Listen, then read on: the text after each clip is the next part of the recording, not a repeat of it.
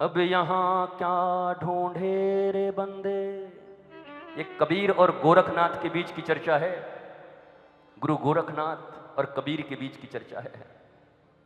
और रैदास की, रैदास के पास गुरु गोरखनाथ पहुंचे और जाकर बोला भिक्षाम देही।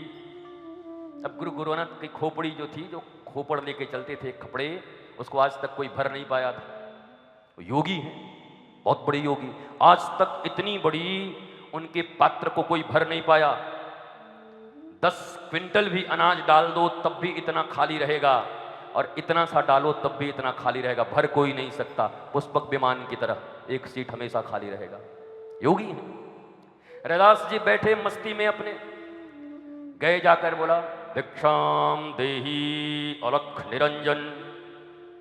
तो रैदास जी भी अपनी मस्ती में थे, कठौती में लेकर के मस्ती से अपना कुछ बना रहे थे, राम नाम का जप कर रहे थे। तो उसी हाथ से जल थोड़ा सा निकाला और चमड़ा उसमें धो रहे थे और जल दे दिया। गोरखनाथ जी कहा कि ये भी एक अजीब आदमी है भाई, बताओ हम इतने बड़े योगी, महाराज कोई दूसरा जल दे देते, चमड़ा का जल दे दिया। अब ये छोटा बड़ा मत समझना कि गोरखनाथ जी और कबीर और रैदास में कोई छोटे बड़े की बात नहीं हो रही है, बात हो रही है हमारी शिक्षा के लिए। नहीं तो राम और रावण का युद्ध ही क्या है, वो तो उन्हीं का जय विजय है। इतना ज्ञान तो हमें और तुम्हें भी है, उन्हीं का द्वारपाल है, वो तो बढ़िया है। भगवान राम ने एक बहुत बढ़िया पिक्चर बनाई है और अपने ही द्वारपाल को कहा कि तुमको अमरीश पुरी का रोल देता हूं, आओ करोगे? बोला हाँ करेंगे। आओ तुम बनो विलन, बोला बनोगे? हाँ कर लेंगे। भगवान राम ने एक फिल्म बनाई रामायण, नीचे आए अवतार लेकर के, अपने ही लोगों को रोल दिया। और भगवान राम के निगरानी में रहे बगैर इतना अच्छा रोल कर भी कौन लेगा। ठाकुर जी ने बनाया है सबको, रावणों बनाया अपने द्वारपाल को पूछ के, क्या भाई बन जाएगा तू? अब आप कह रहे हैं तो गाली देना पड़ेगा, ये हमसे नहीं होगा। नहीं देना तो पड़ेगा, ठीक है अब जब बोल रहे हैं तो करेंगे और क्या। तो इतना तत्वतः ज्ञान तो भारत के बच्चे बच्चे को है कि बैकुंठाधिपति उनके द्वारपाल जय और विजय ही रावण, कुंभकर्ण, शिशुपाल इस कृष्णावतार में, और दूसरा अवतार क्या है? जरासंध, और तीसरा हिरण्यकश्यपु, हिरण्याक्ष। भगवान ने कहा हमको 3 बार आना पड़ेगा, हमको 4 बार आना पड़ेगा, तू 3 बार आना। तो ये सारे उनके ही है। कुछ गलती वलती हो तो भैया माफ कर देना, आप सब बलदेव के लोग हो, बलदाऊ जी को बड़े भैया के आदमी हो।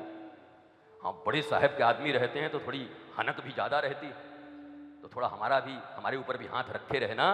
पर इतनी बात जरूर कहता हूं कि ये सारी विद्याएं, ये सारे शास्त्र हमें और तुम्हें शिक्षा देने के लिए हैं, टीका टिप्पणी करने के लिए नहीं है। हम तुम अंग्रेजी पढ़े हुए 2 कौड़ी के लोग अपने शास्त्रों में टीका टिप्पणी करने के योग्य नहीं है। न हमने न्याय शास्त्र पढ़ा, न दर्शन पढ़े, न हमारे पास कोई वैदिक ज्ञान है, न शास्त्रीय ज्ञान है। हम कैसे पकड़ेंगे अपने शास्त्रों में फॉल्ट कि शास्त्रों में गड़बड़ी है?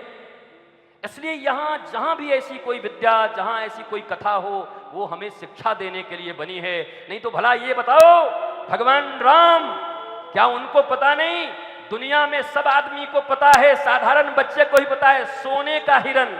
ए मम्मी मूर्ख बना रही है, चमड़े हड्डी का हिरन होता है कि सोने का कहीं हिरन होता है? अच्छा राम जी भगवान है, उनको पता नहीं है? सोने के हिरण के पीछे भाग गए। अच्छा सीता जी जगत जननी जानकी हैं, किशोरी हैं, जगदम्बा हैं, भवानी हैं, क्या उनको पता नहीं कि सोने का हिरण नहीं होता? इसलिए ये ज्ञान मत दिया करो।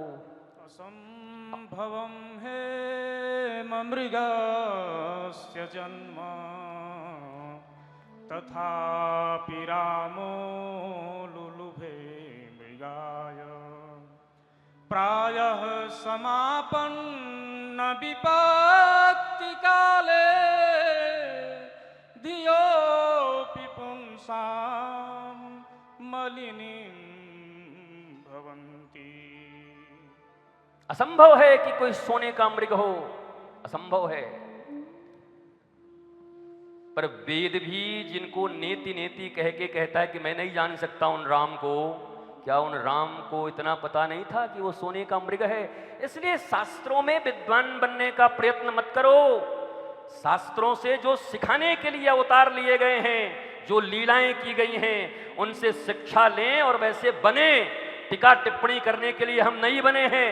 महाराज जी आप इतना ही जानते हैं, भैया आप इतना जानते हैं, भैया आप इतना जानते हैं। हम सब हाथी, कोई पूंछ पकड़ाए, कोई सूंड पकड़ाए, कोई महाराज पकड़ाए कान, कोई पकड़ा है पैर। कौन है जो समग्र रूप से विद्वता से परमात्मा के स्वरूप को जब वेद नहीं जानता तो कौन मनुष्य है जो कह सकता है कि मैं पूरा विद्वान हूं और परमात्मा को जानता हूं? कौन?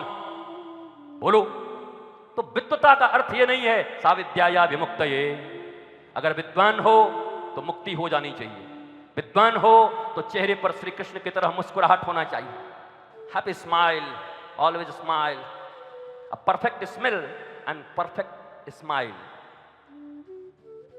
ये है? नहीं है। तो कैसे कह सकते हैं कि विद्वान है?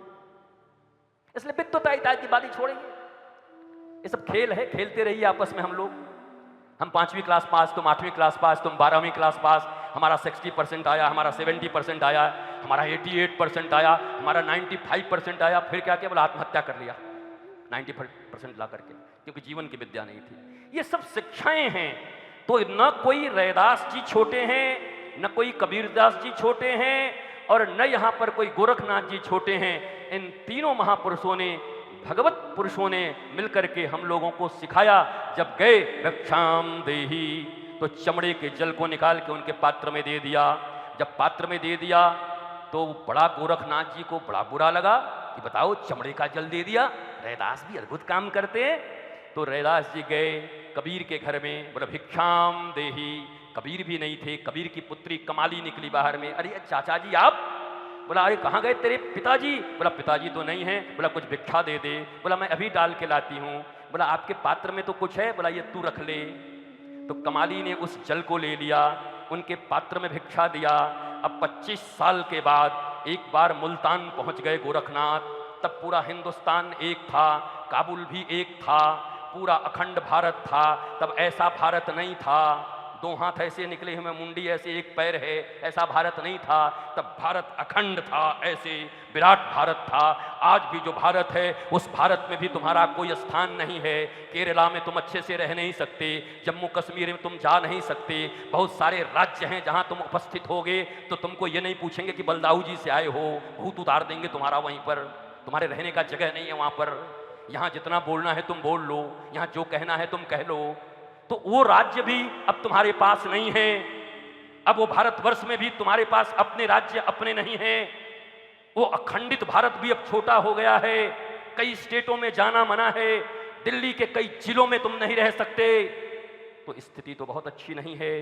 पर भगवान कृपा करें, बलदाऊ जी कृपा करें, हलधर जी कृपा करें। उनके हल में बड़ा बल है। जब जमुना जी को मोड़ सकते हैं तो ऐसे ऐसे को भी तोड़ सकते हैं। वो जो ये लोग हैं इनको भी तोड़ देंगे, वो ठीक कर लेंगे इन लोगों को महाराज।